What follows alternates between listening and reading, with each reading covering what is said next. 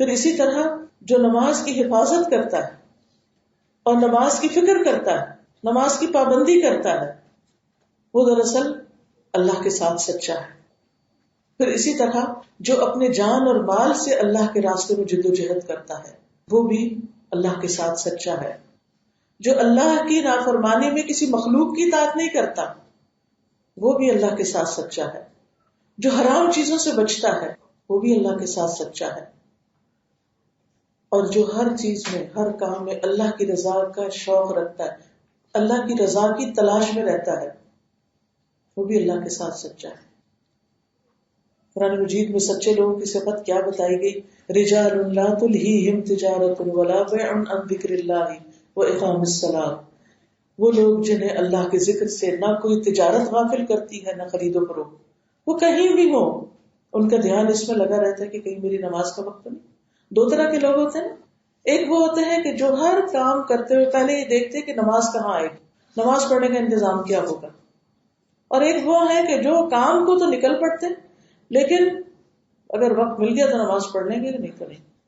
اب دیکھیے, ایک وہ وقت ہوگا آپ کی زندگی میں قرآن پڑھنے سے پہلے کہ جب آپ کو خیال آیا کہ مجھے فلاں چیز خریدنی ہے تو بس نہ دیکھا کہ نماز کا وقت ہے یا نہیں, بس چل پڑے, نکل گئے بازار, اور پھر نماز قضا کر کے کہا وہ بس کیا کرتے راستے میں آ گئی.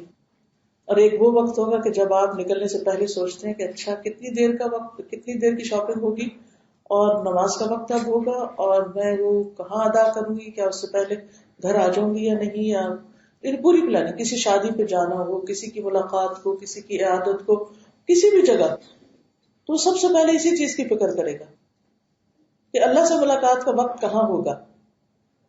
وہ بھی تو ایک اپائنٹمنٹ ہے. نبی صلی اللہ علیہ وسلم نے فرمایا انسان اللہ کی رضا حاصل کرتا رہتا ہے اور اس میں مسلسل لگا رہتا ہے تو اللہ تعالیٰ جبریل سے فرماتا ہے میرا فلاں بندہ میری رضا کی تلاش میں ہے, آگاہ رہو, اس پر میری رحمت ہے. یعنی جب ایک بندے کو اس چیز کی تڑپ لگ جاتی نا, بس کچھ کرو کہ اللہ راضی ہو جائے اور ہر اس چیز سے بچو کہ میرا رب جس سے ناراض ہوتا ہے, تو پھر جو شخص اس شوق میں لگ جاتا ہے اللہ تعالیٰ اس پر رحمت فرماتا ہے. تو جبریل کہتے ہیں فلاں آدمی پر اللہ کی رحمت ہے. حاملین عرش گواہی دیتے ہیں اور ان کے آس پاس جو فرشتے وہ بھی یہی کہنے لگتے ہیں, حتیٰ کہ ساتوں آسمانوں والے یہی کہنے لگتے ہیں, اور پھر اس کی یہی تعریف زمین پر اتار دی جاتی کہ فلاں شخص ہر کام اللہ کی رضا کے لیے کرتا ہے. اب دیکھیے کہ وہ اعمال ہی پھر انسان سے ایسے ہونے لگتے ہیں کہ جس سے اس کا سچ جھوٹ بالکل نکھر کے سامنے آ جاتا ہے. یعنی جھوٹ ایسی چیز ہے جو چھپی نہیں رہ سکتی, اور اخلاص بھی ایسی چیز ہے کہ جو چھپا نہیں رہتا, وہ بھی اپنے پھل پھول ضرور ہے. اصل میں نیت اور اخلاص اور یہ سچ کیا ہے, یہ ایک بیج کی طرح ہے.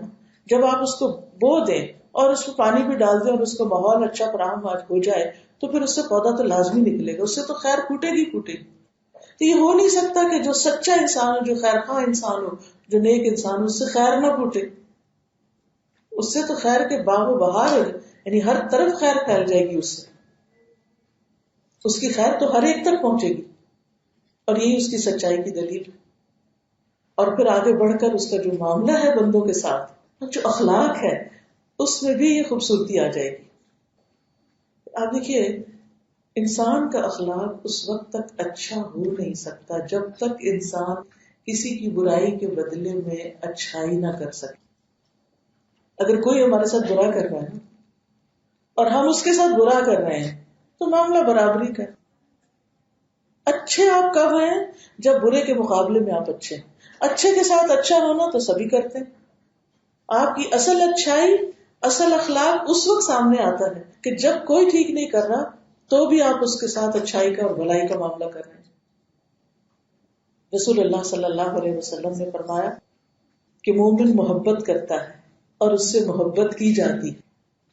المؤمن یألف ویؤلف, یعنی اس کے دل میں بندوں کی محبت ہوتی, نفرت نہیں ہوتی, بدگمانی نہیں ہوتی.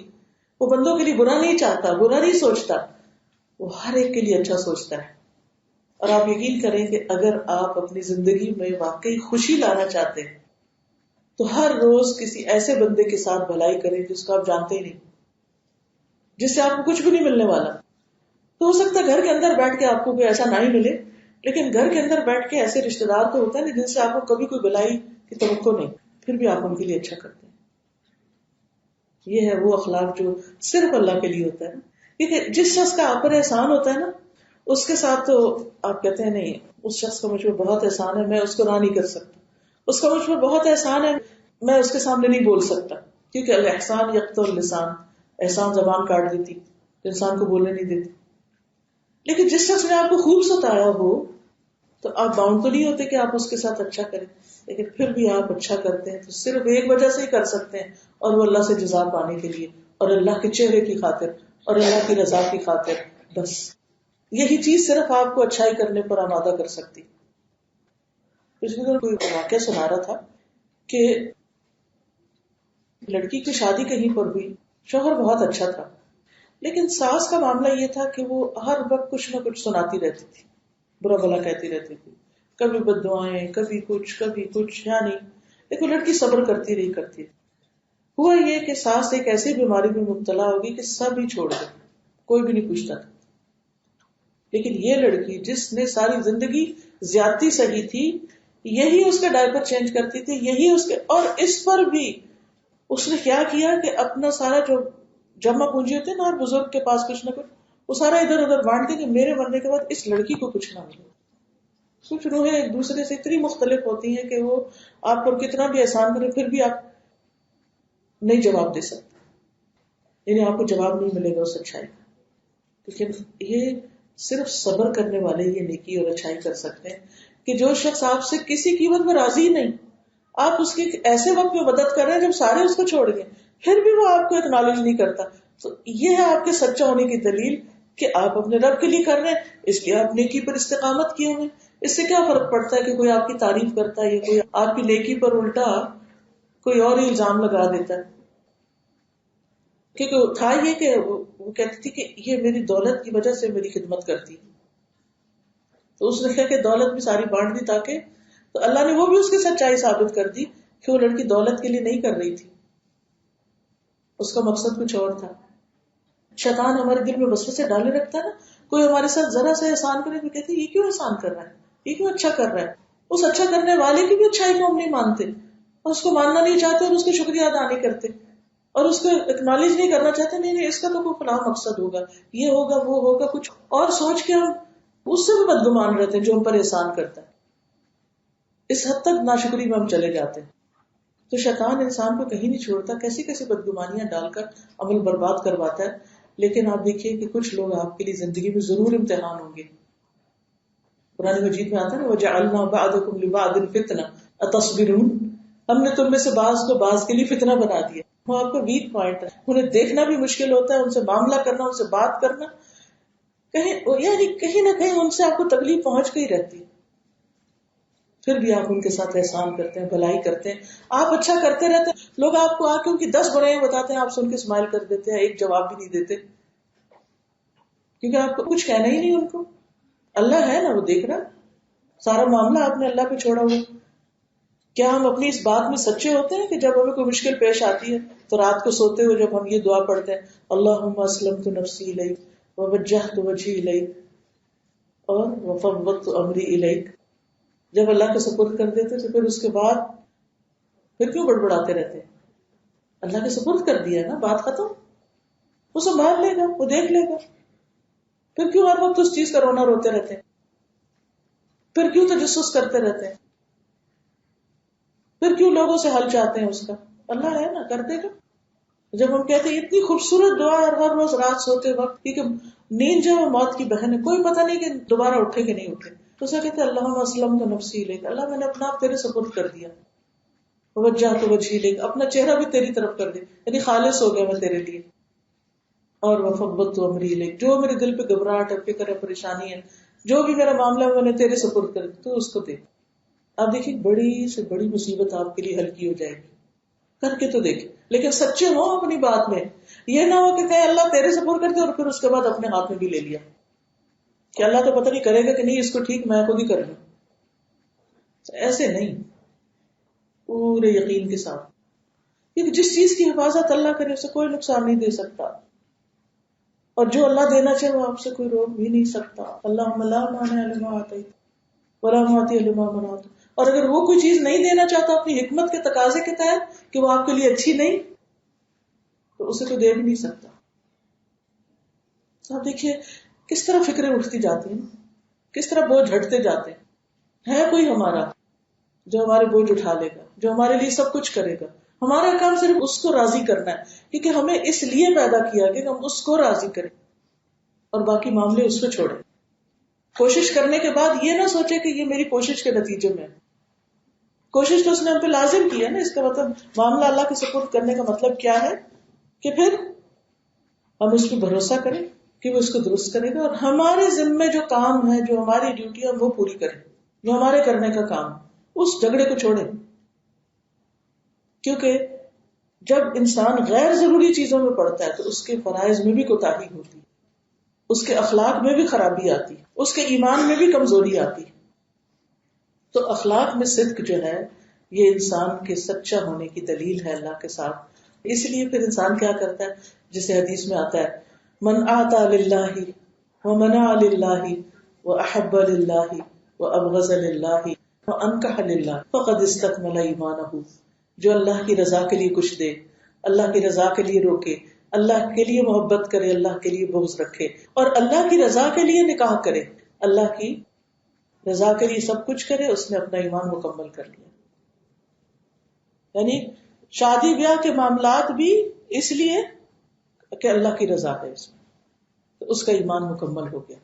یعنی مطلب یہ ہے کہ ہر کام اس کا اللہ کے لیے، اور اللہ کے لیے دینا کب ہوتا ہے؟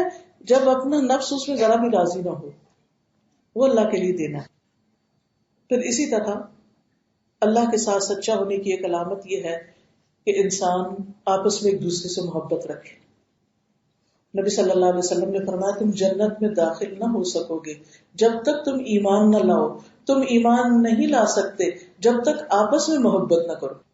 کیا میں تمہیں ایسی بات نہ بتاؤں کہ جب تم اس پر عمل کرو گے تو تمہارے درمیان محبت پیدا ہو جائے گی، اور وہ ہے آپس میں سلام کو عام کرو.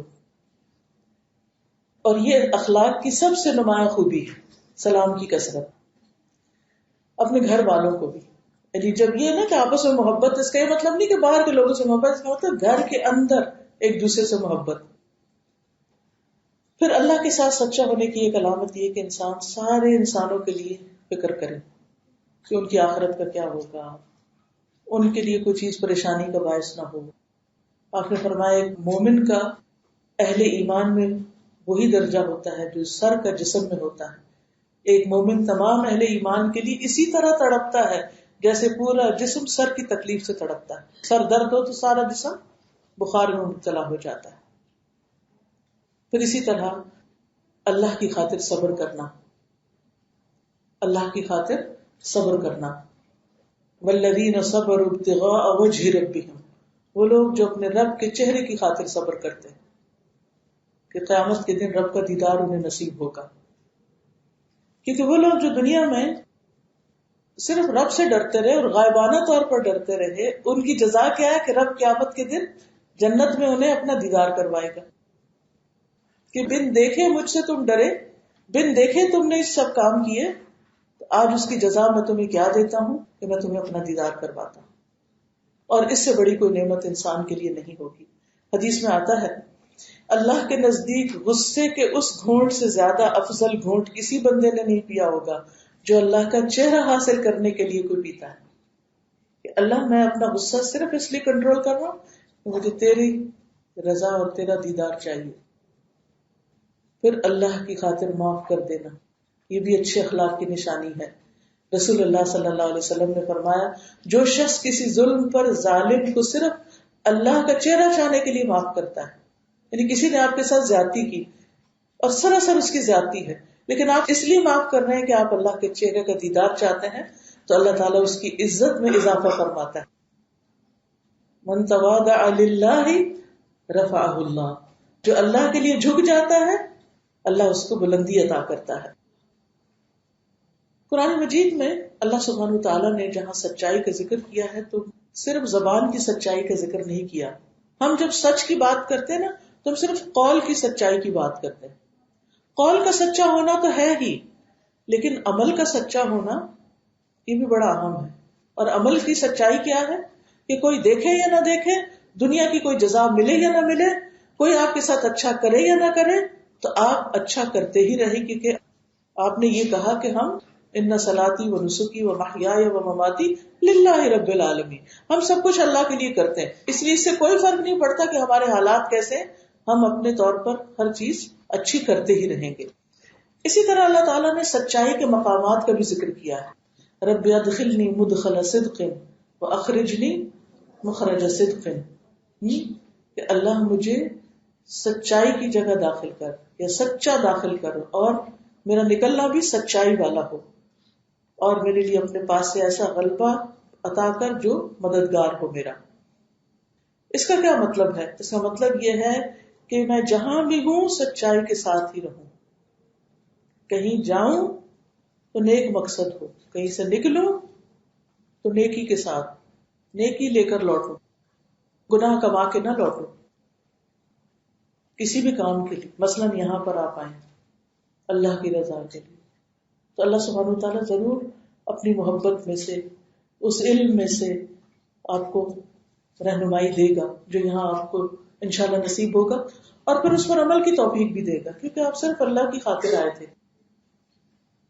اور پھر جب انسان ایک سچی نیت کے ساتھ، سچے ارادے کے ساتھ میں کچھ سیکھنے کے لیے جا رہا ہوں، اور مقصد، اور پھر اس سچائی کو سمیٹ کر ساتھ نکلتا ہے، اور اس نیت اور ارادے کے ساتھ کہ جو اچھی بات مجھے پتہ چلی اس کو میں کرنے کی بھی کوشش کروں، تو آپ سچوں میں لکھ لیے جاتے ہیں۔ پھر اسی طرح اللہ تعالیٰ نے زبان کی سچائی کا بھی ذکر کیا، جیسے وہ دعا مانگی تھی نا ابراہیم علیہ السلام نے، وَاجْعَلْ لِي لِسَانَ صِدْقٍ فِي الْآخِرِينَ، کہ پیچھے آنے والوں میں میرے لیے سچی زبان ہو، یعنی مجھے وہ وہی کہیں جو میں ہوں۔ یعنی بعض اوقات آپ دیکھیں کہ آپ اچھا کر رہے تھے اور لوگ آپ کو برا بھلا ہی کہہ رہے ہوتے ہیں، تو وَاجْعَلْ لِي لِسَانَ صِدْقٍ فِي الْآخِرِينَ، جو اللہ کے ساتھ سچا ہوتا ہے اللہ تعالیٰ بندوں کی زبان سے اس کے لیے سچی گواہی عطا کرتا ہے، اور اس کی سچی ناموری اس کو عطا کرتا ہے۔ پھر اسی طرح سچائی کے قدم کا ذکر بھی ہے، قدم صدق عند ربهم وبشر الذین آمنوا ان لهم قدم صدق عند ربهم، جو لوگ ایمان لائے انہیں خوشخبری دے دو کہ ان کے لیے رب کے ہاں سچا مقام ہے، اور وہ سچا مقام کیا ہے؟ ان المتقین فی جنات ونہر فی مقعد صدق عند ملیک مقتدر، بے شک متقی لوگ باغوں اور نہروں میں ہوں گے صدق کی مجلس میں۔ کون سی ہے صدق کی مجلس؟ سچائی کی مجلس، عظیم بادشاہ کے پاس، اللہ سبحانہ تعالیٰ کے پاس جو بے حد قدرت والا ہے، ملیک مقتدر۔ تو یہ قدم صدق کس کا ہوگا؟ لسان صدق کس کے لیے، اور مقعد صدق کس کے لیے؟ جو اپنے رب کے ساتھ سچا ہو جائے، جو بندوں کے ساتھ سچا ہو جائے، جو ان کے ساتھ مخلص ہو جائے، جس کی بات سچائی پر مبنی ہو، جس کا معاملہ سچائی پر مبنی ہو، اور جس کا اخلاق سچائی پر مبنی ہو، وہ تکلف پر مبنی نہ ہو، وہ دکھاوے پر مبنی نہ ہو۔ جھوٹا اخلاق کیا ہوتا ہے؟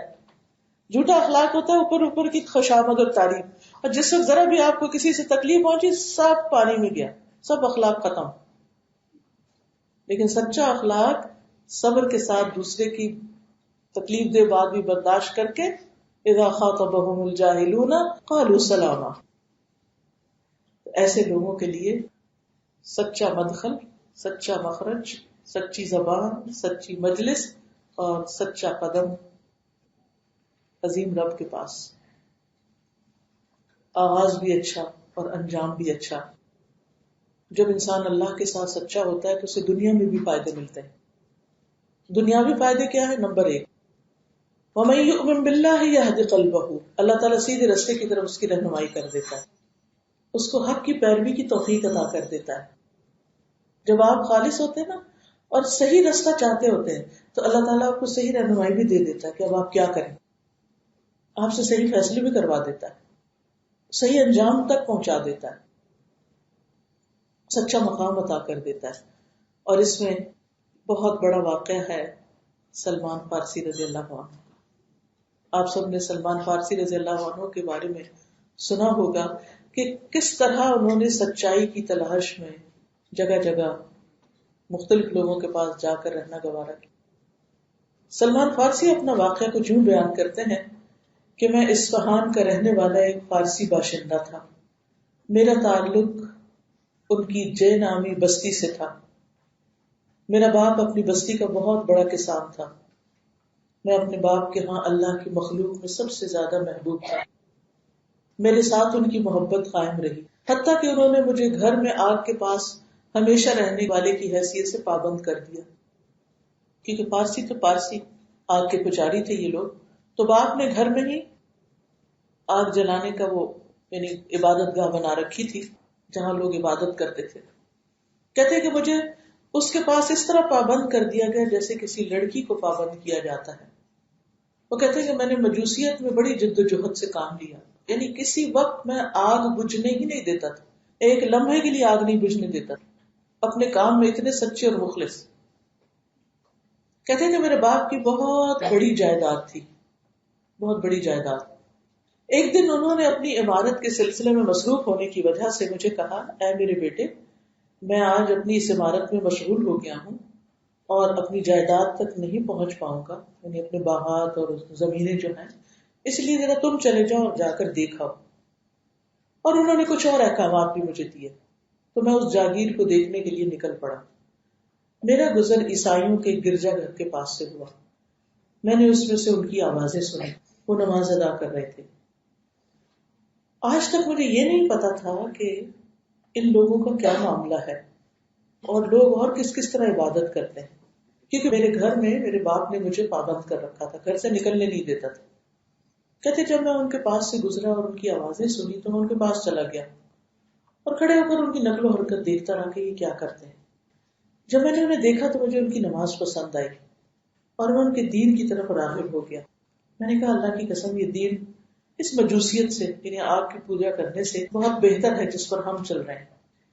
کہتے اللہ کی قسم میں نے ان عیسائیوں کو نہیں چھوڑا یہاں تک کہ سورج غروب ہو گیا، اور میں نے اپنے باپ کے کام کو چھوڑ دیا اور وہ کام ہی نہیں کیا جس کے لیے مجھے بھیجا گیا۔ میں نے ان سے پوچھا کہ اس دین کی بنیاد کہاں ہے؟ انہوں نے کہا شام میں، یعنی عیسائیت کی بنیاد شام میں۔ پھر میں اپنے باپ کی طرف واپس آ گیا، کیونکہ مجھے دیر ہو گئی تھی تو انہوں نے مجھے بلانے کے لیے کچھ لوگوں کو میرے پیچھے بھیجا اور میں نے ان سے ان کا سارا کام چھڑوا دیا۔ یعنی میرا باپ جو تھا وہ میرے اس دین سے بے رغبت ہونے کی وجہ سے ایسے غم میں مبتلا ہو گیا کہ وہ کچھ کر نہیں پاتا تھا۔ جب میں واپس آیا تو انہوں نے پوچھا بیٹا تم کہاں تھے؟ کیا میں نے تمہارے ذمہ ایک کام نہیں کیا تھا؟ میں نے کہا ابا جان کچھ لوگوں کے پاس سے گزرا، وہ اپنے گرجا گھر میں نماز پڑھ رہے تھے، مجھے ان کا دین بہت اچھا لگا اور اللہ کی قسم انہی کے پاس رہا حتیٰ کہ سورج غروب ہو گیا۔ تو میرے باپ نے کہا بیٹا اس دین میں کوئی خیر نہیں، تمہارا اور تمہارے آباء و اجداد کا دین بہتر ہے، یعنی آپ کی پوجا کا کام بہتر ہے۔ میں نے کہا اللہ کی قسم ہرگز نہیں، وہ دین ہمارے دین سے بہتر ہے۔ کہتے کہ میرے ان جذبات کی وجہ سے باپ کو میرے بارے میں خطرہ لاحق ہو گیا۔ انہوں نے میرے پاؤں میں بیڑیاں ڈال کر مجھے اپنے گھر میں پابند کر دیا۔ میں نے عیسائیوں کی طرف پیغام بھیجا کہ جب شام سے کوئی تجارتی قافلہ آئے عیسائیوں کا تو مجھے بتایا جائے۔ کچھ دن کے بعد ایک قافلہ آیا تو انہوں نے مجھے اس کی اطلاع دی۔ میں نے ان سے کہا کہ جب یہ لوگ واپس جانا چاہیں تو مجھے بتائیں۔ تو جب ان کی واپسی کا وقت آ گیا اور انہوں نے مجھے اطلاع دی تو میں نے اپنے پاؤں کی بیڑیاں کاٹی کسی طرح اور ان کے ساتھ چپکے سے نکل گیا، گھر چھوڑ گیا، یہاں تک کہ میں شام پہنچ گیا۔ جب میں شام پہنچا تو میں نے پوچھا کہ وہ کون سی شخصیت ہے جو اس دین والوں میں افضل ہے؟ انہوں نے کہا فلاں گرجا گھر میں ایک پادری رہتا ہے۔ میں اس کے پاس گیا، میں نے کہا میں اس دین کی طرف راغب ہوا ہوں، اب میں چاہتا ہوں کہ آپ کے پاس رہوں اور گرجا گھر میں آپ کی خدمت کروں اور آپ سے تعلیم حاصل کروں اور آپ ہی کے ساتھ نماز پڑھوں۔ اس نے کہا ٹھیک ہے آ جاؤ۔ بس میں اس کے ساتھ رہا، لیکن وہ اصل میں بڑا برا آدمی تھا۔ وہ لوگوں کو صدقہ کرنے کا حکم دیتا، اس کی ترغیب دلاتا، جب اس کے پاس کئی چیزیں لے کر آتا تو اپنے لیے جمع کر لیتا اور مساکین کو کچھ بھی نہ دیتا، حتیٰ کہ اس کے پاس سونے چاندی کے کئی مٹکے جمع ہو گئے۔ جب میں نے اسے یہ کام کرتے دیکھا تو مجھے اس سے شدید نفرت ہوئی۔ بالآخر وہ مر گیا۔ اسے دفن کرنے کے لیے عیسائی لوگ پہنچ گئے تو میں نے ان سے کہا یہ تو بہت برا آدمی تھا، یہ تمہیں تو صدقہ کرنے کا حکم دیتا، لیکن جب تم صدقہ اس کے پاس جمع کرواتے تو اپنے لیے ذخیرہ کر لیتا، کسی کو کچھ نہیں دیتا تھا. انہوں نے مجھ سے پوچھا تجھے کیسے علم؟ تو میں نے انہیں اس خزانے کی خبر دی، اور جب انہوں نے وہ جگہ دیکھی تو وہاں سے 7 مٹکے نکالے سونے چاندی کے. تو انہوں نے کہا کہ ہم تو اس کو دفن بھی نہیں کریں گے، لہٰذا انہوں نے اس کو سولی پہ لٹکایا اور پتھروں سے اس کو سنسار کیا. بعد سے جب وہ فوت ہو گیا تو اس کی جگہ ایک اور آدمی آ گیا، تو انہوں نے اس منصب پہ اسے فائز کیا. سلمان کہتے ہیں کہ جو لوگ 5 نمازیں ادا کرتے تھے میں نے ان میں افضل پایا. میں نے اس شخص کو جو نیا بندہ آیا تھا اسی مقام پر جس کے ساتھ اب میں رہ رہا تھا، اس دنیا میں سب سے زیادہ افضل انسان پایا، بے رغبت دنیا کے معاملے میں، آخرت کے معاملے میں سب سے زیادہ رغبت کرنے والا، دن ہو یا رات عبادت میں تندہی اختیار کرنے والا. میں نے اس سے ایسی محبت کی کہ اس سے پہلے اس قسم کی محبت کسی سے نہ تھی. میں کچھ عرصہ تک وہیں پر مقیم رہا، بالآخر اس کی وفات کا وقت آ گیا. میں نے اسے کہا فلاں میں تمہارے ساتھ رہا اور میں نے تم سے ایسی محبت کی ہے کہ اس سے پہلے کبھی کسی سے محبت نہیں کی.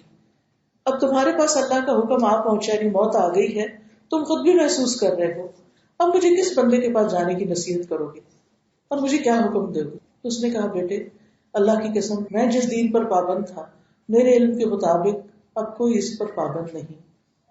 لوگ ہلاک ہو گئے اور تبدیل ہو گئے، اور لوگوں نے جس شریعت کو اپنا رکھا تھا اس سے اکثر حصوں کو چھوڑ دیا. ہاں ایک آدمی مسلم میں ہے، وہاں وہ دین پر کاربند ہے جس پر میں ہوں، تم اس کے پاس چلے جاؤ. جب وہ فوت ہو گیا تو لوگوں نے اسے دفن کر دیا، اور سلمان فارسی کہتے ہیں کہ میں موصل میں پہنچ گیا. میں نے اسے کہا فلاں آدمی فلاں نے مجھے موت کے وقت وصیت کی تھی کہ میں تم سے ملوں اور میں تمہارے ساتھ رہوں، کیا میں تمہارے ساتھ رہ سکتا ہوں؟ اس نے کہا کہ ٹھیک ہے. کہتے ہیں میں نے اسے بھی بہت بہترین آدمی پایا جو اپنے ساتھی کی طرح دین پر قائم تھا. کچھ عرصے کے بعد وہ بھی فوت ہونے کے قریب پہنچ گیا. جب وہ فوت ہونے لگا تو میں نے کہا فلاں مجھے تمہارے بارے میں فلاں نے وصیت کی تھی اور مجھے حکم دیا تھا کہ میں تمہاری صحبت میں رہوں. اب اللہ کی طرف سے تم پر جو نازل ہونے والا ہے یعنی موت، اور تم دیکھ رہے ہو، تو اب مجھے تم کیا وصیت کرو گے، کیا حکم دو گے، میں کس کے پاس جاؤں؟ اس نے کہا بیٹا اللہ کی قسم میرے علم کے مطابق تو اب ایک ہی شخص ہے جو فلاں نصیبین کے علاقے میں ہے، وہاں چلے جاؤ، میری وفات کے بعد وہاں جانا. جب وہ فوت ہوا اور اسے دفن کر دیا گیا تو میں نصیبین والے شخص کے پاس پہنچ گیا. میں نے اسے اپنے بارے میں بتایا اور اپنے بڑے کے حکم کے بارے میں کہ انہوں نے مجھے آپ کے پاس بھیجا ہے. انہوں نے کہا کہ ٹھیک ہے تم یہاں رہ لو. میں وہاں ٹھہر گیا. میں نے اسے سابقہ دونوں کے دین پر پایا اور وہ بہترین انسان تھا جس کے پاس میں نے اقامت اختیار کی، لیکن وہ بھی جلد ہی مرنے لگا. جب موت کا وقت آیا تو میں نے کہا فلاں فلاں نے مجھے تمہارے پاس آنے کی نصیحت کی، اب تم مجھے کس کے پاس بھیجتے ہو؟ اس نے کہا بیٹا ہم تو ایسے آدمی کے بارے میں کوئی معلومات نہیں رکھتے جو ہمارے دین پر قائم ہو، البتہ ایک آدمی اموریہ میں ہے، وہ ہمارے ہی دین پر ہے، تم چاہتے تو وہاں چلے جاؤ. تو کہتے ہیں جب وہ فوت ہو گیا اور اسے دفن کر دیا گیا تو میں اموریہ چلا گیا اور وہاں جا کے اپنا سارا ماجرا سنایا. انہوں نے کہا کہ ٹھیک ہے تم یہاں ٹھہر جاؤ. کہتے ہیں کہ میں نے اسے بھی اپنے ان پچھلے ساتھیوں کی طرح نیک سیرت پایا، انہی کے دین پر پایا. سلمان کہتے ہیں کہ یہاں رہ کر میں نے کچھ کام بھی کیا، گائے وغیرہ خریدی، کچھ بکریوں کا مالک بن گیا اور اچھی بلی میری آمدنی میں اضافہ ہو گیا. لیکن کچھ عرصے بعد وہ شخص بھی فوت ہونے لگا. اب میں نے اس سے کہا کہ اب میں کدھر جاؤں؟ تو اس نے کہا کہ ہمارے پاس تو اب کوئی بندہ ایسا نہیں رہا، ہاں اب ایک نبی کی آمد کا وقت قریب ہے، اسے دین ابراہیمی کے ساتھ مبعوث کیا جائے گا، وہ عربوں کی سرزمین سے ظاہر ہوگا، اس شہر کی طرف ہجرت کر جاؤ جو 2 حروں یعنی کالے پتھروں کے درمیان ہے، ان کے درمیان کھجوروں کے درخت ہوں گے، اس کی کچھ علامات بھی ہوں گی جو مخفی نہیں ہوں گی. وہ ہدیہ کھائے گا صدقہ نہیں کھائے گا، اس کے کندھوں کے درمیان مہر نبوت ہوگی، اگر تمہیں استطاعت ہے تو وہاں تک جا پہنچو. وہ کہتے ہیں کہ یہ کہہ کے وہ شخص فوت ہو گیا، اسے دفن کر دیا گیا. پھر کچھ عرصہ میں اموریہ میں رہا. میرے پاس بنو کلب قبیلے کے عربوں کا ایک قبیلہ ہے، اس کا ایک تجارتی قافلہ گزرا. تو میں نے ان سے کہا اگر مجھے تم عرب سرزمین کی طرف لے جاؤ تو میں تمہیں اپنی گائیں بکریاں دے دوں گا. سبحان اللہ، سب کچھ خرچ کرنے کو تیار. انہوں نے کہا کہ ٹھیک ہے. لیکن ہوا کیا، انہوں نے جب سب کچھ دے دیا تو ان لوگوں نے اس کے ساتھ دھوکا کیا اور وہ اسے وادی قرا لے کر پہنچے اور ایک یہودی کے پاس فروخت کر دیا. اب سلمان فارسی ایک غلام بن گئے. کہتے ہیں کہ میں ان کے پاس غلام کی حیثیت میں ٹھہرا. کھجوروں کے درخت دیکھے تو مجھے امید ہونے لگی کہ یہی وہ علاقہ ہے جہاں پیغمبر آئیں گے. لیکن مجھے یقین نہیں آ رہا تھا. تو جہاں غلامی کا غم تھا وہاں اس علاقے کی خوشی بھی تھی. وہ شخص ان کا ایک چچا زاد بھائی تھا جو بنو قریظہ سے تھا، مدینہ سے اس کے پاس آیا اور مجھے خرید کر مدینہ لے گیا. اللہ کی قسم جب میں نے مدینہ کو دیکھا اور اپنے ساتھی کی بیان کردہ علامتوں کو دیکھا تو میں نے کہا کہ یہی وہ جگہ ہے. میں وہیں رہ پڑا اور کچھ ہی دن کے بعد اللہ نے اپنے رسول کو وہاں بھیج دیا. کہتے میں دن رات غلامی میں مصروف رہتا تھا. جب نبی صلی اللہ علیہ وسلم تشریف لائے تو اللہ کی قسم میں اپنے آقا کے پھلدار کھجور کے درخت کی چوٹی میں کوئی کام کر رہا تھا. میرا مالک نیچے بیٹھا ہوا تھا. اس کا چچا زاد بھائی اچانک اس کے پاس آیا اور کہنے لگا ہے فلاں بنو قیلا کو اللہ ہلاک کرے، وہ آج قباء میں مکہ سے آنے والے ایک آدمی کے پاس جمع ہے اور ان کا خیال ہے کہ وہ نبی ہے. نبی صلی اللہ علیہ وسلم تشریف لا چکے تھے. کہتے ہیں کہ وہ بات جب میں نے سنی تو مجھ پہ کب کبھی تاریخ ہوگی کہ وہ آ گئے وہ نبی نہیں، سچی ہوگی بات، سچ کی تلاش میں تھے نا، یہ بات سچی ہو گئی. وہ کہنے لگے کہ درخت ہلنے لگا اور مجھے لگا میں مالک کے اوپر جا گروں گا. اور میں کسی طرح درخت کے نیچے اترا اور میں نے اس شخص سے پوچھا ابھی تم کیا کہہ رہے تھے؟ یعنی میں وہ بات دوبارہ سننا چاہتا تھا. تو میرے آقا کو اتنا غصہ آیا کہ اس نے مجھے زور سے مکہ مارا. تمہارا اس بات سے کیا تعلق؟ اس نے کہا میرا تعلق نہیں، لیکن میں کچھ چھان بین کر رہا تھا، کچھ جاننا چاہ رہا تھا. سلمان کہتے ہیں میرے پاس میرا جمع کیا وہ کچھ مال تھا. جب شام ہوئی تو میں نے وہ مال لیا اور قباء میں رسول اللہ صلی اللہ علیہ وسلم کے پاس پہنچ گیا. آپ کے پاس پہنچا اور کہا کہ مجھے یہ بات پتہ چلی ہے کہ آپ کوئی نیک آدمی ہے اور آپ کے ساتھی بھی غریب ہیں، میرے پاس کچھ صدقے کا مال ہے، میرا خیال ہے کہ وہ آپ لوگوں کے لیے زیادہ مناسب ہے. کہتے ہیں کہ میں نے آپ کے قریب وہ کیا، آپ نے اپنے صحابہ سے کہا کہ تم لوگ یہ کھا لو، میں صدقہ نہیں کھاتا. کہتے ہیں کہ میں ایک دم خوش ہو گیا کہ ایک نشانی تو پوری ہو گئی. کہتے ہیں کہ پھر میں چلا گیا، کچھ مال جمع کیا، پھر میں واپس آیا. اتنے میں نبی صلی اللہ علیہ وسلم مدینہ پہنچ چکے تھے، قریب 2 ہفتے قیام کیا تھا نا ہم نے. پھر میں آپ کے پاس آیا اور میں نے کہا کہ مجھے پتا ہے کہ آپ صدقے کا مال نہیں کھاتے لیکن یہ ہدیہ ہے. تو آپ نے وہ ہدیہ لیا اور اسے خود بھی کھایا اور ساتھی کو بھی کھلایا. اس کے بعد میں نے کہا کہ 2 علامتیں پوری ہو گئی. سلمان کہتے کہ تیسری دفعہ جب میں آپ کے پاس آیا تو آپ بقیع غرقد میں تھے، کسی صحابی کے جنازے کی خاطر وہاں آئے ہوئے تھے. آپ پہ 2 چادریں تھی، آپ صحابہ کے بیچ میں تھے. میں نے آپ کو سلام کہا اور آپ کے پیچھے مہر نبوت دیکھنے کے لیے گھوم کے پیچھے کی طرف آیا تاکہ دیکھ سکوں جس کی پیشن گوئی میرے ساتھی نے کی تھی. جب آپ نے مجھے یوں گھومتے ہوئے دیکھا تو آپ پہچان گئے کہ میں کیا دیکھنا چاہتا ہوں. آپ نے اپنی چادر اپنے پیچھے سے ہٹائی، میں نے مہر نبوت دیکھی، اسے پہچان گیا. میں آپ پہ ٹوٹ پڑا اور آپ کے بوسے لینے لگا اور رونے لگا. تو رسول اللہ صلی اللہ علیہ وسلم نے فرمایا پیچھے ہٹ جاؤ، تو میں پیچھے ہٹ گیا. پھر کہتے ہیں کہ سلمان جنگ بدر میں شریک نہ ہو سکے کیونکہ آپ غلام تھے، احد میں بھی شریک نہ ہو سکے.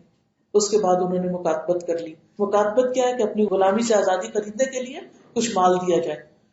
تو اس کے آقا نے کیا کہا کہ 300 کھجور کے چھوٹے درخت زمین سے اکھاڑ کر ایک خاص جگہ پر لگاؤں اور 40 اوقیہ مزید بھی اس پر دوں. تو رسول اللہ صلی اللہ علیہ وسلم نے فرمایا اپنے بھائی کی مدد کرو. لوگوں نے مدد کرتے ہوئے مجھے کھجور کے درخت دیے، کسی نے 30، کسی نے 20، کسی نے 15، کسی نے 10، حتیٰ کہ میرے پاس 300 درخت ہو گئے. اور رسول اللہ صلی اللہ علیہ وسلم نے فرمایا سلمان جاؤ گڑھے کھودو، جب فارغ ہو تو میرے پاس آنا، میں یہ پودے خود لگاؤں گا. تو نبی صلی اللہ علیہ وسلم پھر خود تشریف لے گئے اور پودے لگائے. اور پھر اس کے بعد آپ نے وہ اوقیہ جو تھے دینے تھے یہودی کو، ان کا بھی بندوبست کیا. آپ کے پاس کسی غزوہ سے ایک مرغی کے انڈے برابر سونا آیا تھا، تو آپ نے پھر مجھے بلوایا اور کہا کہ جاؤ سلمان اس سے اپنی ذمہ داری پوری کرو. اب میں نے کہا کہ یا رسول اللہ اس سے پورا قرضہ تو نہیں اترے گا. تو نبی صلی اللہ علیہ وسلم نے فرمایا کہ اللہ اس کا بھی بندوبست کر دے گا. بہرحال وہ کہتے ہیں کہ میں نے پھر اس سے قرضہ اپنا اتارا اور اللہ نے مجھے آزاد کر دیا، اور اس کے بعد میں کبھی نبی صلی اللہ علیہ وسلم سے پیچھے نہیں رہا. اور کہا جاتا ہے کہ ان کی تقریباً 250 سال عمر ہوئی تھی، یعنی کافی عرصہ تو یہ صرف حق کی تلاش میں، سچائی کی تلاش میں گھومتے پھرتے رہے اور پھر آپ کے پاس آئے اور پھر آپ کی وفات کے بعد بھی کافی عرصہ زندہ رہے. انہی کے مشورے پر جنگ خندق کھودی گئی تھی. کہنے کا مطلب یہ آخر میں یہ واقعہ اس لیے آپ کو سنایا گیا ہے کہ جو شخص سچائی کی تلاش میں ہوتا ہے پھر اس کے لیے وہ قربانیاں بھی دیتا ہے. وہ سچائی کے بغیر کسی چیز پر ٹکتا نہیں، اس کا دل کہیں نہیں لگتا. وہ وہاں پہنچ کر رہتا ہے جہاں اس کو سچائی مل جائے، حق مل جائے، کیونکہ اس کو حق کی تلاش ہے.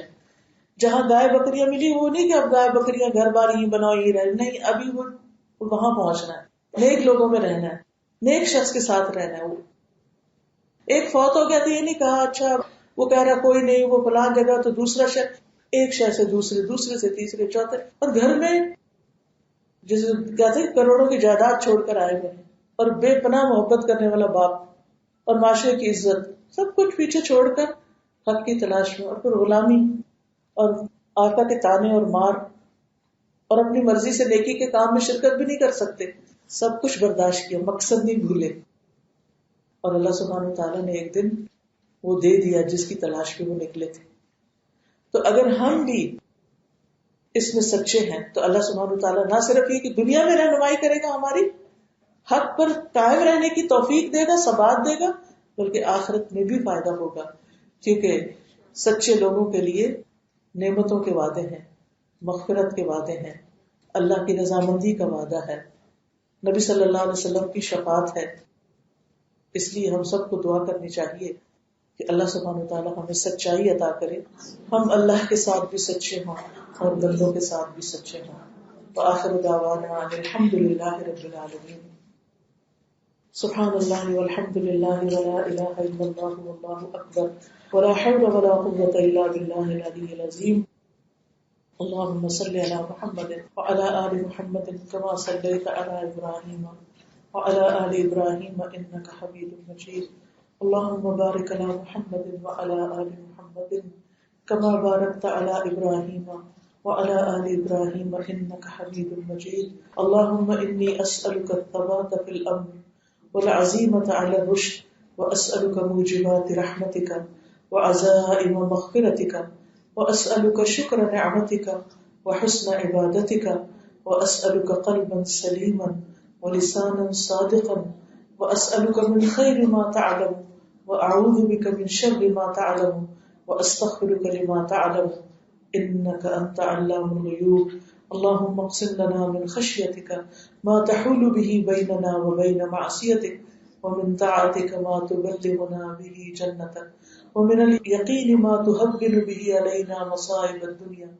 اللهم متعنا بأسماعنا وأبصارنا وقلوبنا أبدا ما أحييتنا واجعله الوارث منا واجعل ثأرنا على من ظلمنا وانصرنا على من عادانا ولا تجعل مصيبتنا في ديننا ولا تجعل الدنيا أكبر همنا ولا مبلغ علمنا ولا تسلط علينا من لا يرحمنا.